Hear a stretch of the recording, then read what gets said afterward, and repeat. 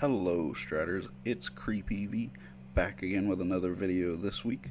Last week we took a look at one of the throwback standard gauntlets. Despite the fact that I didn't do very well, I did really enjoy playing them. I thought they were a lot of fun. I'd like to play in some of them again if you guys are interested in seeing those. So let me know down in the comments if that's something you'd like to see. I know they have World Wake and Return to Ravnica coming up. So I'm interested to play those. I'd like to try them out.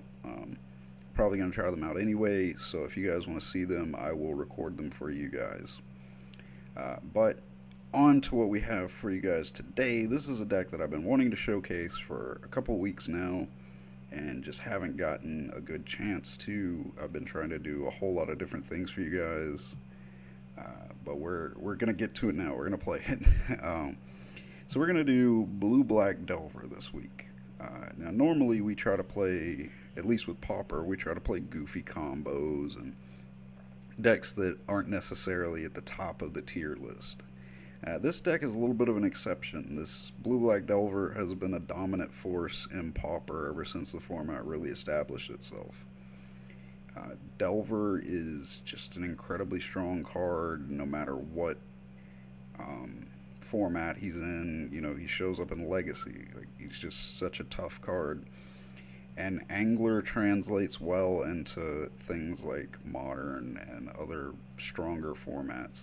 I mean, Delver and Angler are a deck in Modern. You just put a few other Modern cards around them. But they can form a deck core. They're very strong cards.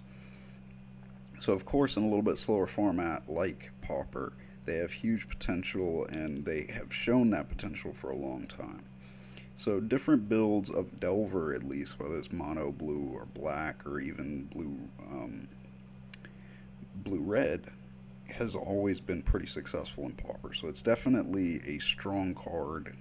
And then I personally like the blue-black builds the best, especially because you can play Angler with them.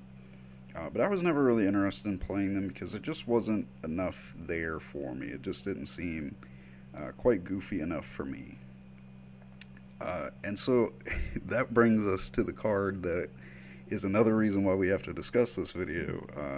If you guys remember, whenever I made the Hour Discussion set review, I talked about all the cards that I thought would be good for Pauper, and I may have missed one. So Stripe Riverwinder turned out to be really good, and I don't know why I didn't realize that it was going to be good. So it is a 7-drop. We're going to try to never have to play it for 7. And it has Hexproof and Cycling, and it is a 5/5. So Cycling makes it easy to get it into the discard. Hexproof makes it incredibly difficult to deal with. I didn't realize how good Hexproof was in Pauper, really, until I started playing with it. Playing this deck, because you don't really think about hexproof and Pauper all that much. I mean, Boggles have it, but you don't see it that often in Pauper, and so I just didn't really think about it. But this card is so strong. Like,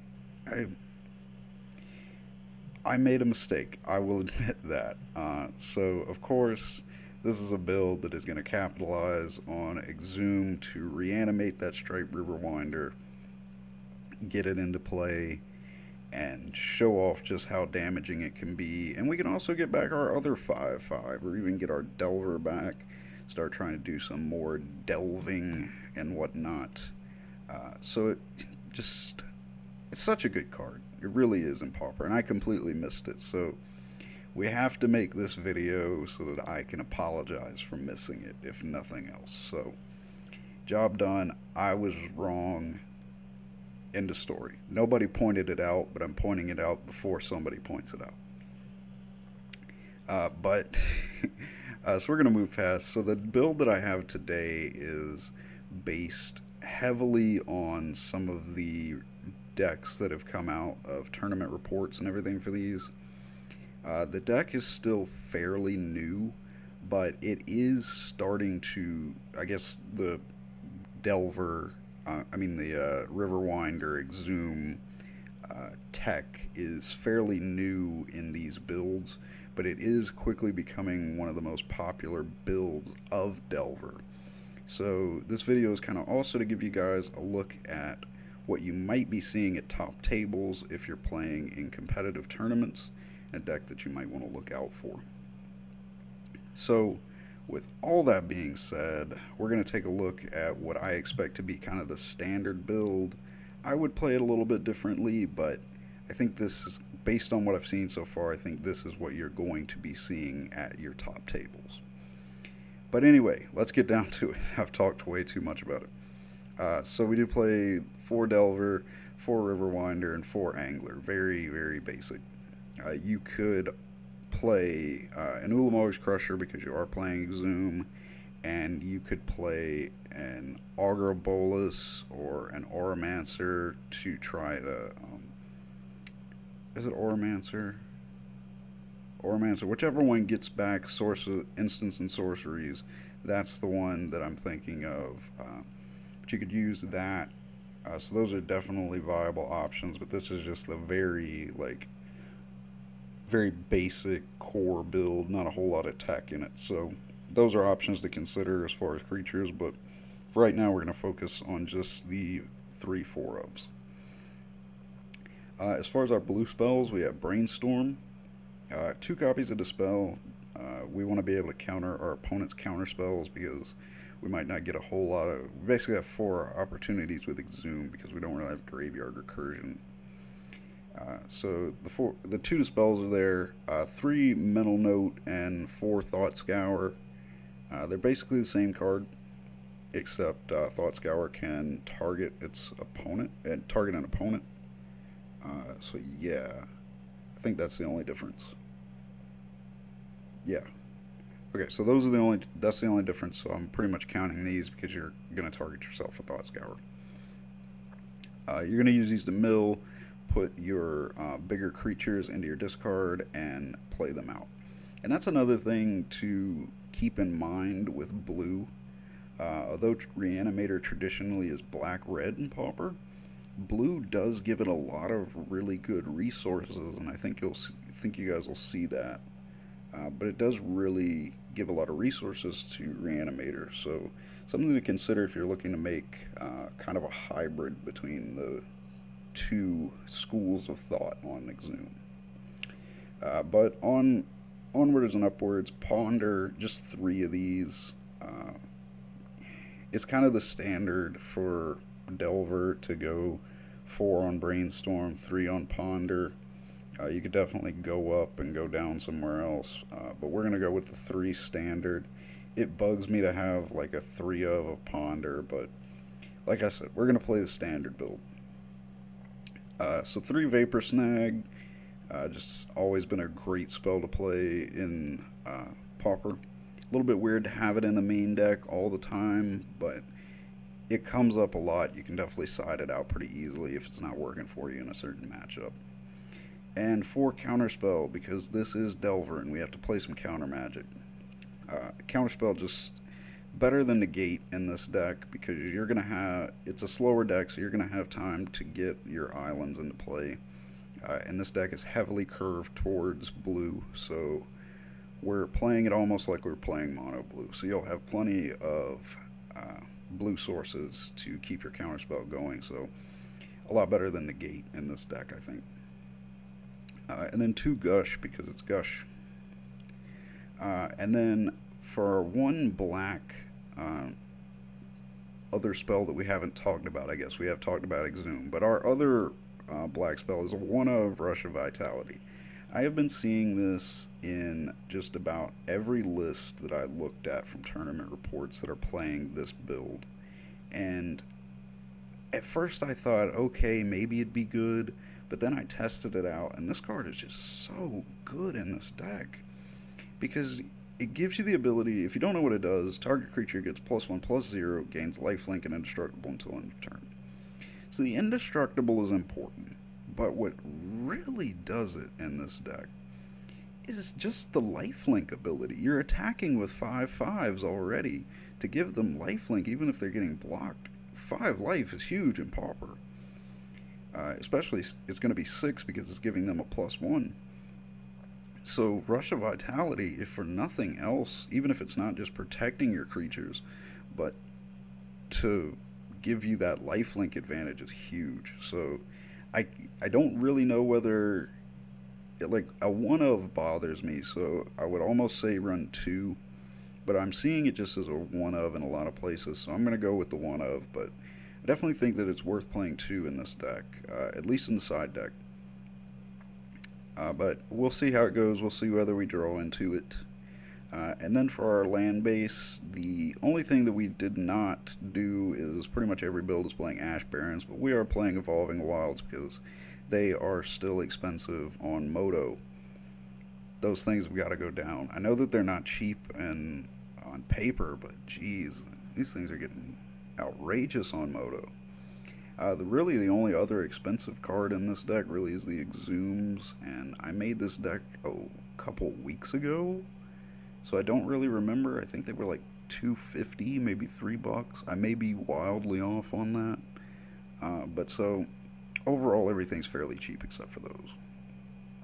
But so we also do play the 4 Dismal Backwaters. The obligatory comes in tapped, dual color in Pauper. And then we play 9 islands and 1 swamp, because like I said, we don't have much that we use the swamps for. What we use them for is important, but we do have Evolving Wilds to search it out. We have Dismal Backwaters to provide black mana, so normally it works out, but just to give you something alternate to target with Evolving Wilds. And then 1 Heal Spell Bomb in the main deck, because it synergizes, because we do have it as a draw, does have a draw ability if we sacrifice it and pay black, which we obviously can do in this deck. But it exiles all cards in target player's graveyard. It's important to remember that we're not going to be able to play Relic of Progenitus in this deck effectively, because it's going to get rid of our discard. So it's not really going to work out well for us, so we're going to need to use the Heal Spell Bomb. And it does synergize with us anyway, so works out okay. But considering the fact that Reanimator is getting bigger in Pauper, having it in the main deck, definitely not a bad idea. We do play 2 more in the side deck, but I think that the one of in the main deck still has synergy even if they're not playing a graveyard-based deck, but there's really not a whole lot of decks that don't at least utilize flashback in Pauper, so never too bad of an idea. I like it at least one in the main deck. Other decks, maybe not, but I think it's fine. You can always side it out in game 2. So as far as our side deck, we do have 2 more Dispels, 1 Hydro Blast, 3 Spontaneous Mutations. I'm really starting to like this card. I was kind of meh on it being in the side deck, but I'm really starting to like this a lot more, especially in this deck because we're milling so much stuff. They're going to have negative attack if we put this on them. And then 1 Auraflux. This has quickly become my new favorite side deck in Pauper. This is going in just about all of my blue decks. Other enchantments other enchantments, I don't know why I'm so used to saying you control. Other enchantments have beginning of your upkeep, sacrifice this enchantment unless you pay 2. So you're giving it an upkeep cost. Just so good against Boggles. They can't afford to pay for all of those tons of enchantments. So this can really knock them down and get them down to where they can only really maintain 1, 2, maybe 3 enchantments. You could play 2, but it is expensive cost. So we're just playing 1 for right now, but I could definitely see going for another one. And then 2 Stormbound Geist. In my opinion, this is one of the best side deck cards in blue in Pauper right now. Deep Analysis. If you're playing a deck that is a little bit slower and you think that you're going to have time to build up to that 4 mana, you think you're going to have time to pay that flashback cost, this is a card that you could bring in for something that just doesn't really work against an opponent in the main deck. Not just like, it's not exactly one of those vital counter to a certain deck, but just something good to bring in if you've got a card that just kind of dull in a matchup. 2 Shrivel for all those pesky token decks. One Fangren Marauder. Now, of course, we cannot pay for it with the mana base that's in our deck, but we can reanimate it. So just a one of. We sided in against things like Affinity and what is that other one? Cabaltha Boros. Whenever they start sacking off their chromatic lanterns, or well, I mean, chromatic spheres, or if they're blowing up their own things for Cadoltha, then we can start gaining 5 life. It's important to remember that it is whenever an artifact is put into the graveyard. So it doesn't matter whose graveyard it goes into, you're going to gain the life. And as quickly as they start sacking those things off, 5 life, once again, as we said earlier, is a huge amount of life in Pauper. So I think this is a great card in the side deck. And then, of course, the 2 Nihil Spell Bombs. So that is the deck. Like I said, a little bit different than the normal thing that we like to play here on CreepEvee's. I don't know. I mean, it's Magic the Gathering Strat, but I guess everybody here does something different. I don't know. CreepTV, whatever you want to call it. Yeah, let's go with that. I like that, actually. CreepTV here on CreepTV. But I do think it's a cool chance to look at some decks that are rising in popularity in the meta. If you guys are interested in that kind of thing, I wouldn't mind doing videos like that, just where we kind of take a look at things that are becoming popular. I don't know how many of you guys are really competitive players, so that might be more interesting to you guys than casual players, but let me know what you guys think. I'm down to make whatever kind of videos you guys want to see, but I do think that this is kind of interesting to look at rising popularity decks. But anyway, we won't know if it's any good until we get out there and play it. So I will see you guys in the games. Alright guys, looks like we're going first. Let's try it. We can pretty reliably flip our Delver here. So I think that that's an okay thing to do.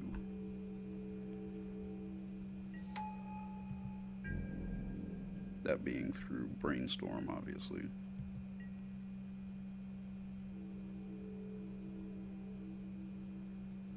Playing against Wallow Hunter. Alright, Carrion Feeder. So maybe mono black, maybe Dismal Backwater does not do it for us. So it could be mono black or it could be Torex. Probably Torex.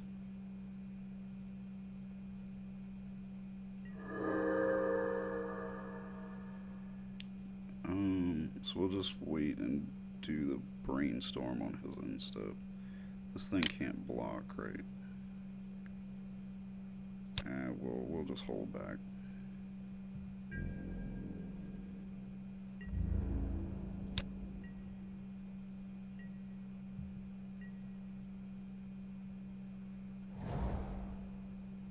Yeah, this is most likely Torex. Do like these lands. Shadowmoor lands are really nice. Yeah, this is definitely Torex. Which is cool. I've thought about building this deck. I don't know whether you guys would be interested in me playing it on the channel or not. You can definitely let me know, but even just for my own decks, I've been thinking about playing it. Alright, so let's go Riverwinder, Thought Scour, and then we'll flip off of Thought Scour. Or, well, I guess I should have put Gurmag, then Thought Scour. Oh well.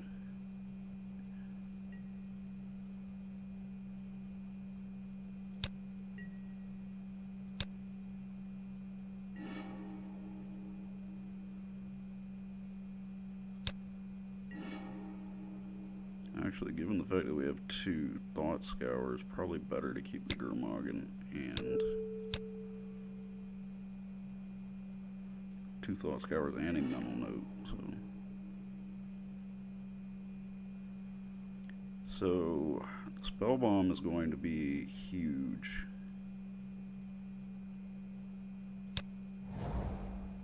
play the backwater. 4 cards in our discard.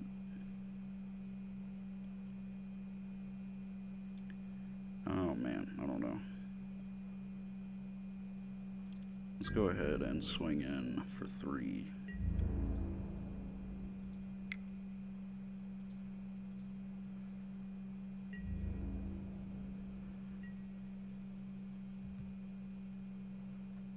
Opponent could very easily start doing a lot of damage to us next turn, but the way I'm looking at it right now is they can also start gaining life next turn, potentially. At least start. So we need to be very careful about that.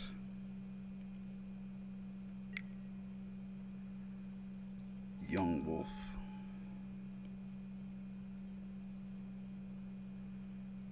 So basically this carrion feeder is going to get very big very quickly.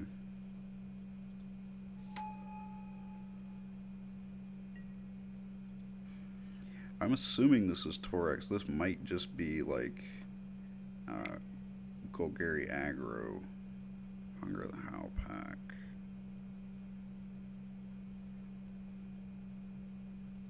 Target creature, put 3. Yeah, this might just be more of an aggro build. I mean, it could still play Torex, but... Alright, so big damage, 9 damage on board here. 11 next turn, which is lethal next turn.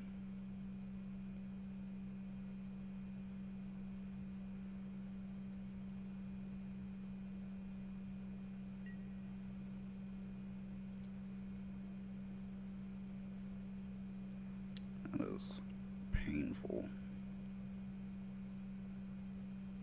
Opponent has 3 cards in hand, but it is still going to be tough for us to deal with this board.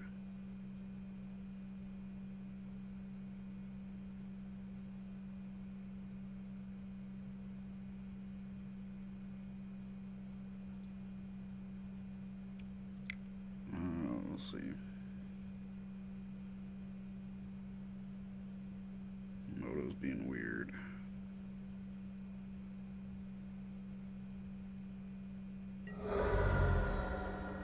Okay, there we go. Moto's been acting a little weird tonight. This always happens when I record late at night, but unfortunately sometimes that's how things work out.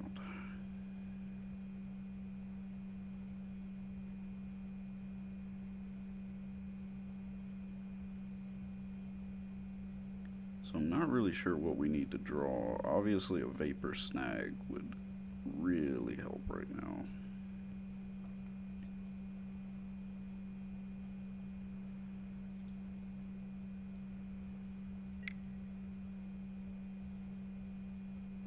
From your graveyard to your hand, okay.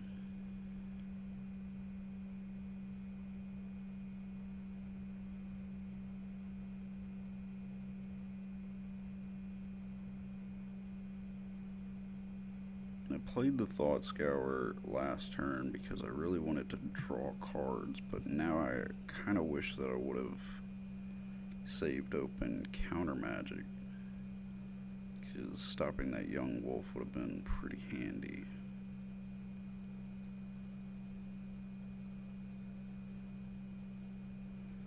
Don't know what Moto's trying to do here. It's taking its time. It's charging my clock.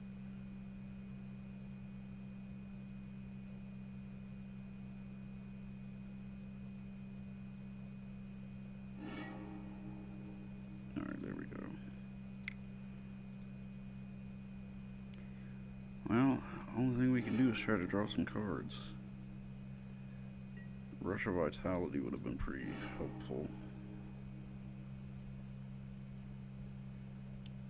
Oh man. Alright, let's Thought Scour. Targeting ourselves. Gush would have been nice. So, what else can we do here?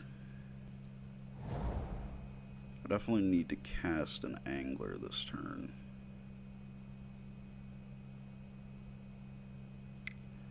But at the same time,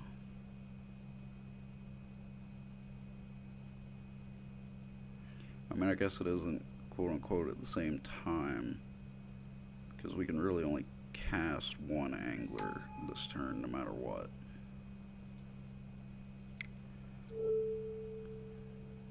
We'll target our opponent.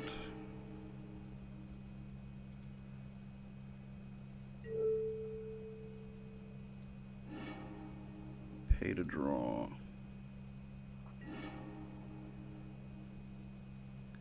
Draw doesn't do anything for us, but we can cast the angler, banishing a whole lot of stuff.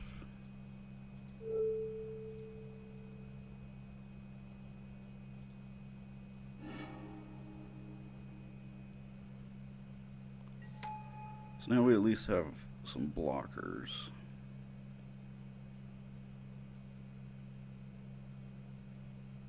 I think I'm actually going to swing the...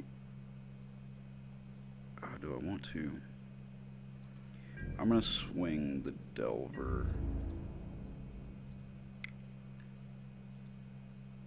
It's because otherwise, like, I can block the Carrion Feeder, get in for... well, he'll get in for 5, which still puts us behind. But we're gonna need to get damage on board now because that Carrion Feeder is getting very big very quickly. And so I am starting to think that this is just kind of a Carrion Feeder aggro and less of a, what do you call it? Torex.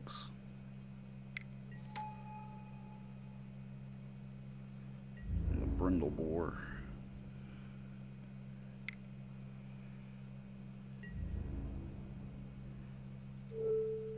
Let's block here. It's really the best thing we can do is just try to keep that damage off.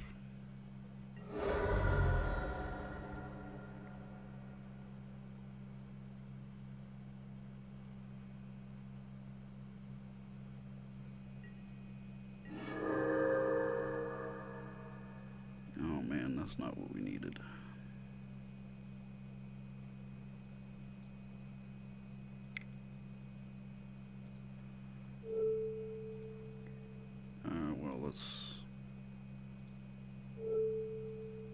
Don't want to get rid of it, nor do we want to get rid of that.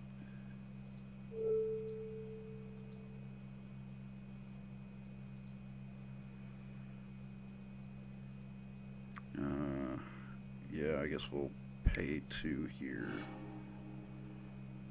I'd rather keep that mana open, but...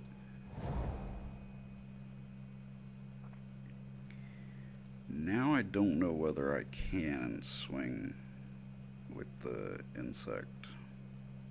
I think I actually have to keep that back to block now.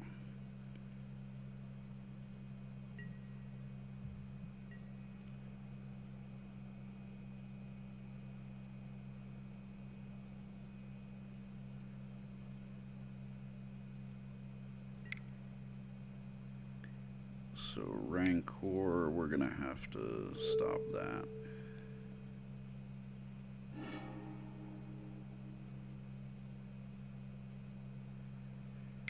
So now our hand is stuck here.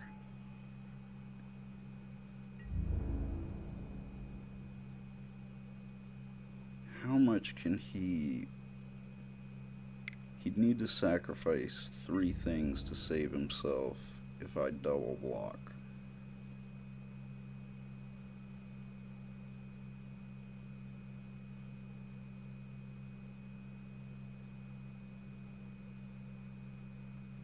And I don't know whether that's worth it. I don't think it is, because then we have pretty much nothing.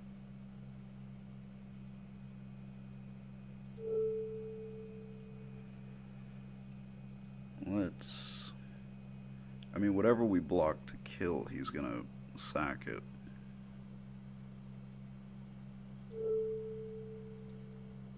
or no, let's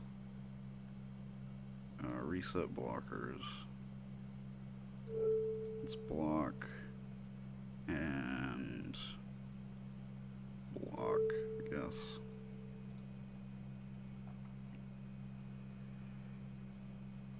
Now he gets him for 3, putting us to 5.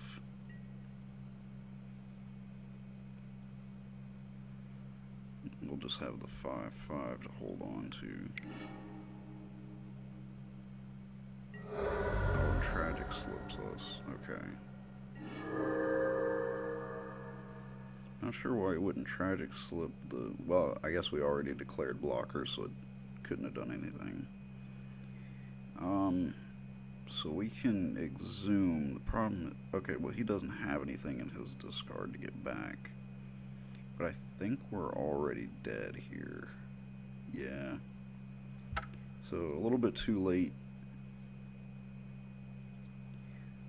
Let's look at our sideboard and see what we have to deal with this.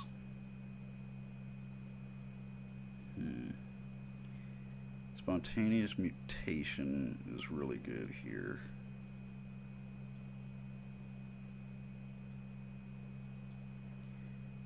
Let's look at what isn't good. And I mean, like, maybe one more spell bomb, but I don't want to put a ton of them in. What can we go down? I don't think... Well, the dispels get rid of the disfigures. But I don't know whether it's worth it to keep in 2 of them.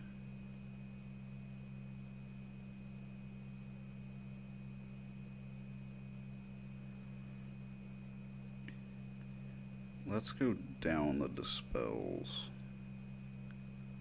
Go up 2 mutations there.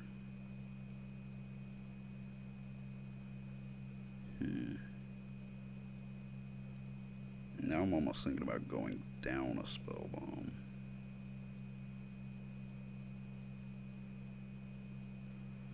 Yeah, let's actually go down a spell bomb and go up a mutation.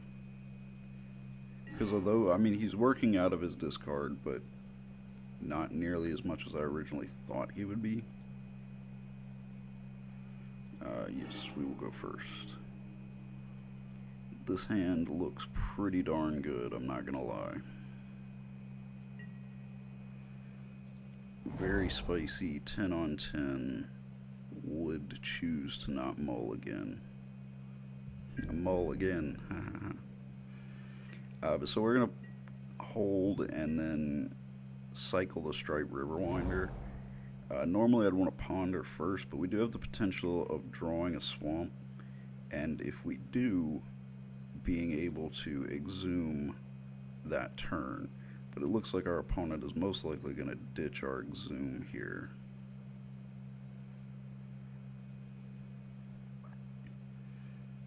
I mean, keeping in mind that that was like a 1 in 53 chance of me hitting a swamp.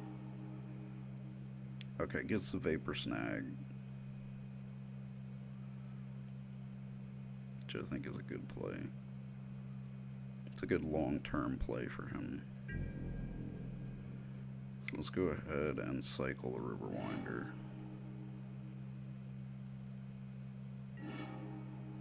Get an island. Let's see, do we top deck the swamp? We do not. Let's ponder. A Delver, a Brainstorm, and an Evolving Wilds. That looks pretty good to me. We will not shuffle that. I will take that Delver with a guaranteed flip.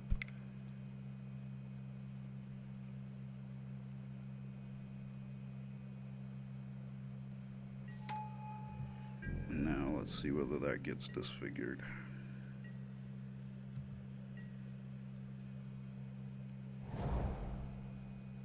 No, but we'll have to deal with a terrifying plant. There's the Tragic Slip. It's a different sort of kill spell than I originally anticipated.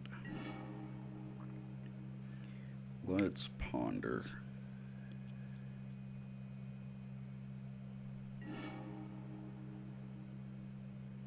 So nothing very spicy here. I think we're gonna... The only thing that I had there was a way to get to a swamp. Other than that, just wasn't much going on there. Let's cycle the River Winder, see what we can draw into. And we'll probably brainstorm on his end step. Just because I want to get to some black mana. Which, I mean, in all honesty, I probably should have... Oh man, there he goes. In all honesty, I probably should have made getting to black mana a priority so that I could get the River Winder out. But I'm looking at my overall board state.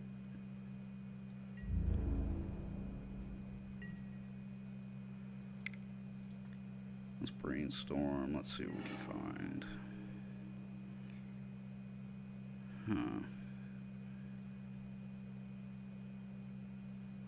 Let's put back.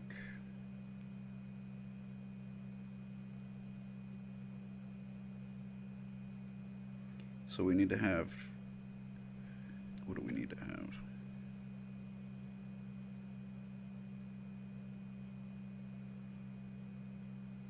Let's go... We'll put the Thought Scour on the bottom. And then an island. So then we'll draw the island, the Thought Scour will stay on top, and flip our Delver, hopefully. Our Dismal Backwater will give us a chance to Exhume next turn. So far our opponent has shown Tragic Slips and Disfigures. I don't know whether they have Chainer's Edict. If they have Chainer's Edict, then River Winder isn't quite as great, but...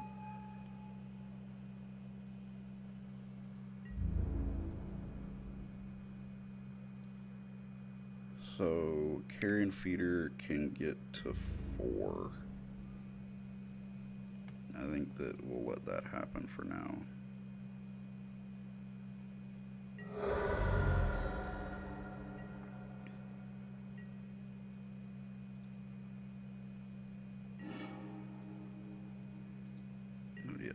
Reveal that Thought Scour, and now we have a lovely, scary looking Delver.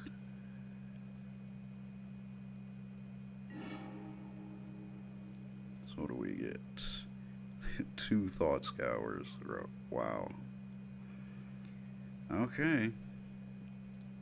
Let's put an island into play so we'll have Counterspell available. And let's get out a River Winder.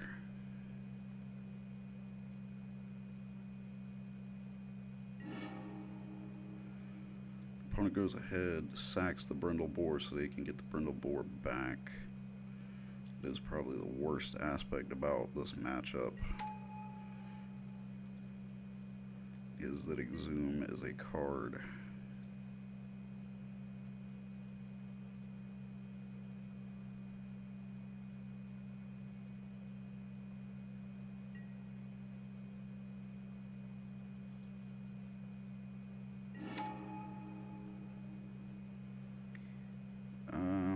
Do we hold back Aberration?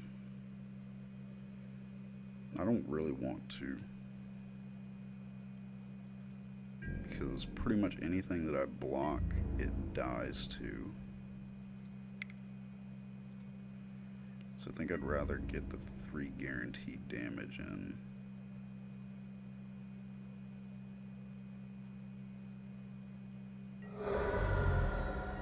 Hopefully I won't regret that. I think we can at least do it for right now. Man, I hate that we've already gone through 1 Vapor Snag.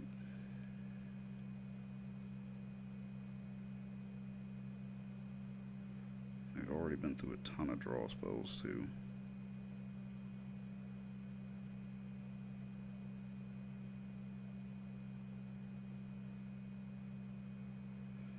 The good news is the Carrion Feeder isn't huge yet, but certainly not playing around.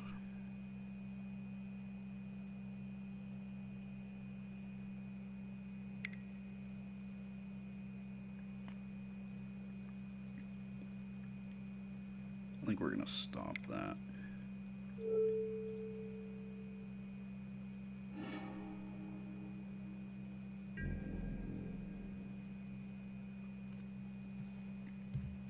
Sorry, I had to grab a sip of my drink.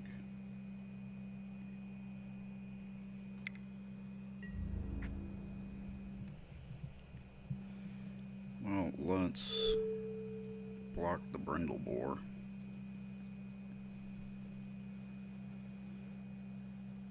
So our opponent's showing that he didn't want to sack everything, or else he would have attacked with the carrion feeder.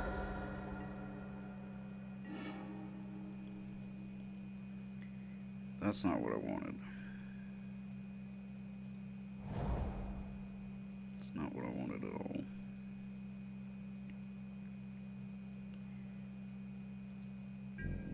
Let's go with the aberration swinging in.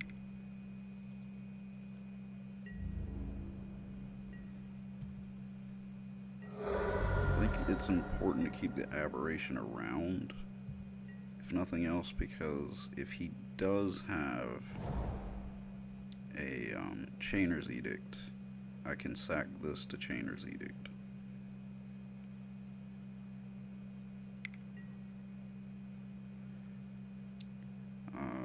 Sorry for, yeah. I think that's fine for right now. So yeah, this is definitely the all-out Golgari aggro sacrifice creatures deal, which is another deck that I find pretty interesting.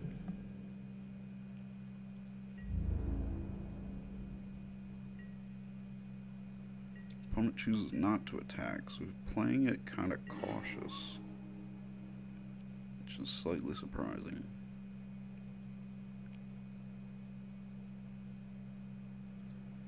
Alright, well, let's swing the aberration.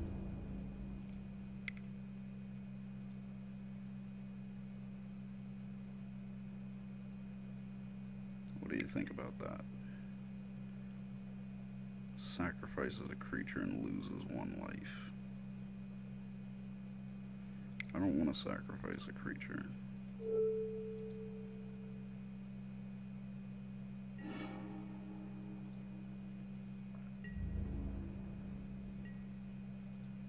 Hit him for 3. So now let's cast Gurmag Angler. We'll just go ahead and pay the rest of our mana. Way we can save ourselves from banishing too many things.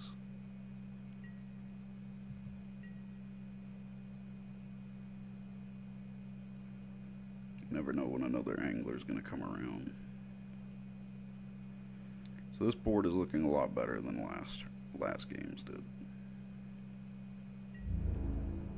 Especially considering how cautiously he's playing it. Now this makes it a little bit more scary. So let's let each of these guys block a boar.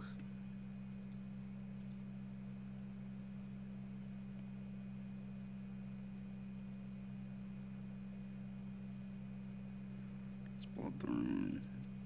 2+2.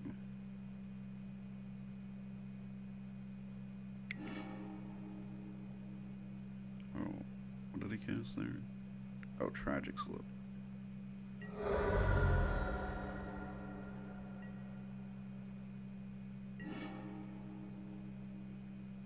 So we cannot quite finish off the game here.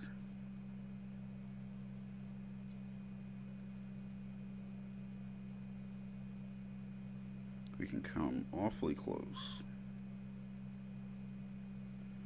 So if we swing with both, then get a Riverwinder back. It's 1, 2, 3, 4, 5. Gets him to 10. I don't think we can swing both. I think we can swing Aberration.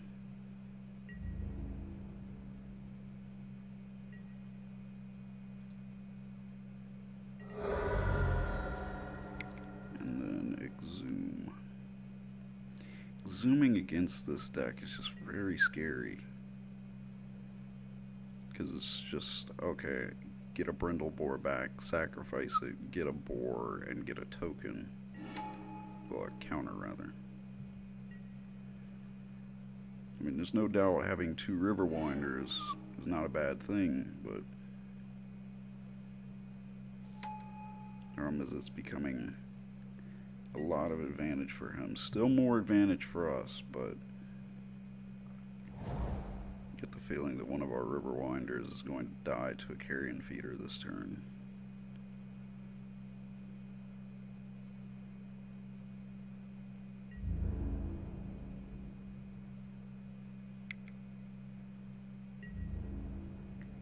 Okay, so that's 1, 2, 3, 4, 5 that it can get to. So I'm saying block and block, maybe.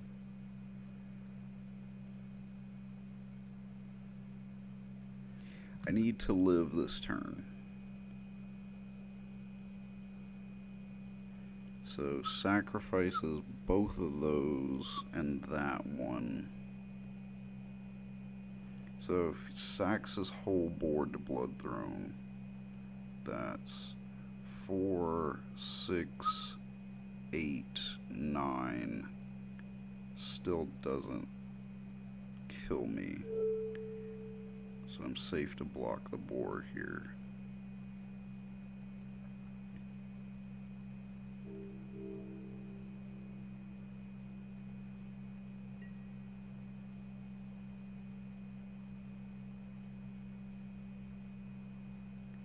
Oh, I hope we don't die here.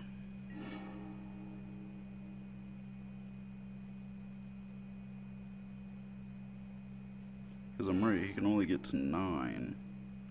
Oh no, because Young Wolf can come back. Oh man. And now he sacks both of them and gets to 11 exactly. Or no? Chooses not to.